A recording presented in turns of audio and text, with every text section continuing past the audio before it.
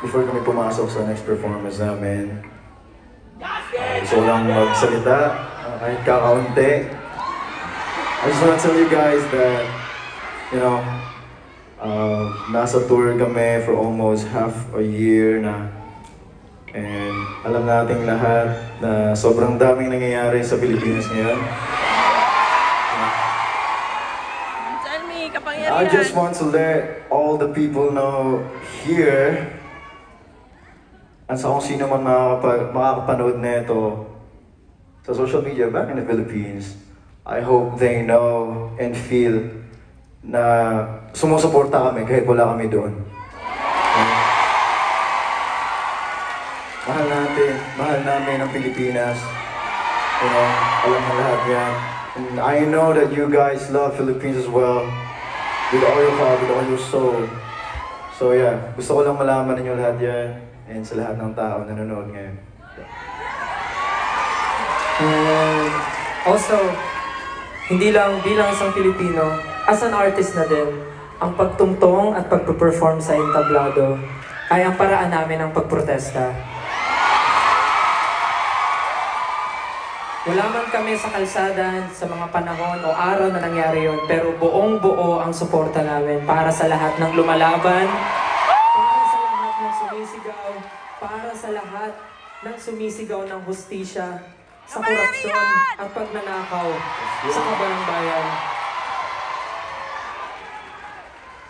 Siyempre, as SB19, at kahit hindi pa kami SB19, gusto ko lang sabihin na mahal namin ang Pilipinas.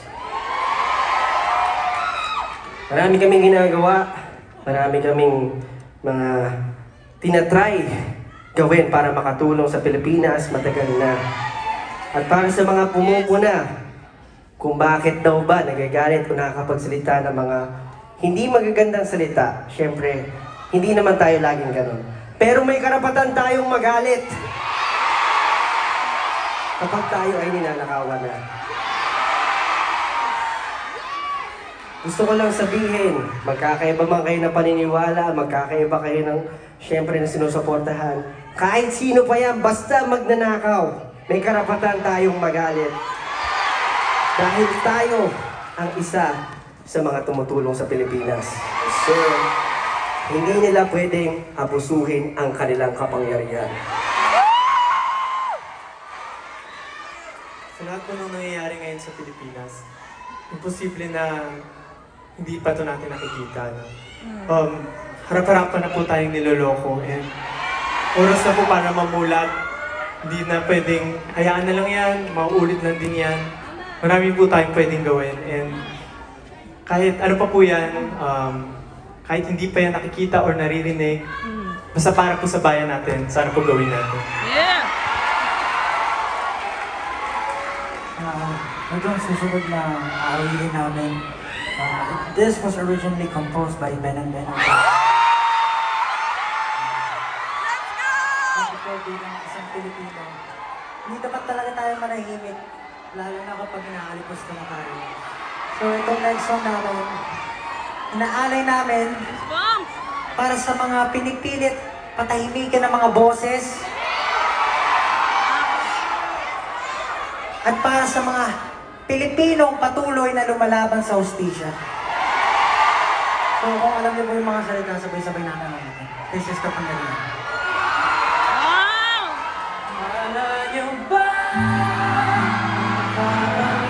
Kapangyarihan ay nasa inyo. Sino ba kayo? Diba dapat ikaw ang nagsisilbi sa aming pagintila? Kami na nanaginip na ising ang bawat biga. Dinadala-dagdag bigat damdam. Ipilitin namin sa nila hanggang sa mamamatay yun ang ulan. Nakasisya sa ikaw na sumasalisa. So paano magsilbisa? Aming tuluyan wala ng bisa. At sinaulo di sinapuso bilang ng buhay ng tao. Mga hali-halian pagkalaki na lang ang mga ulo ng kalihim.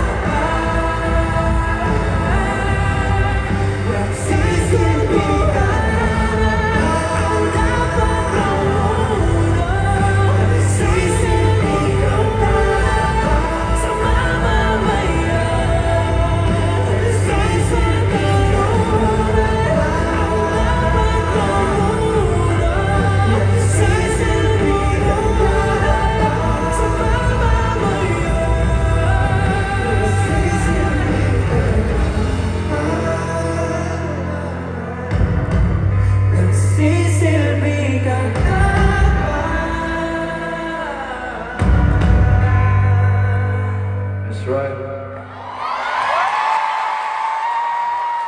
Siyempre para sa atin at para sa bayan, patuloy tayong lalaban para sa hustisya. Tama? Good.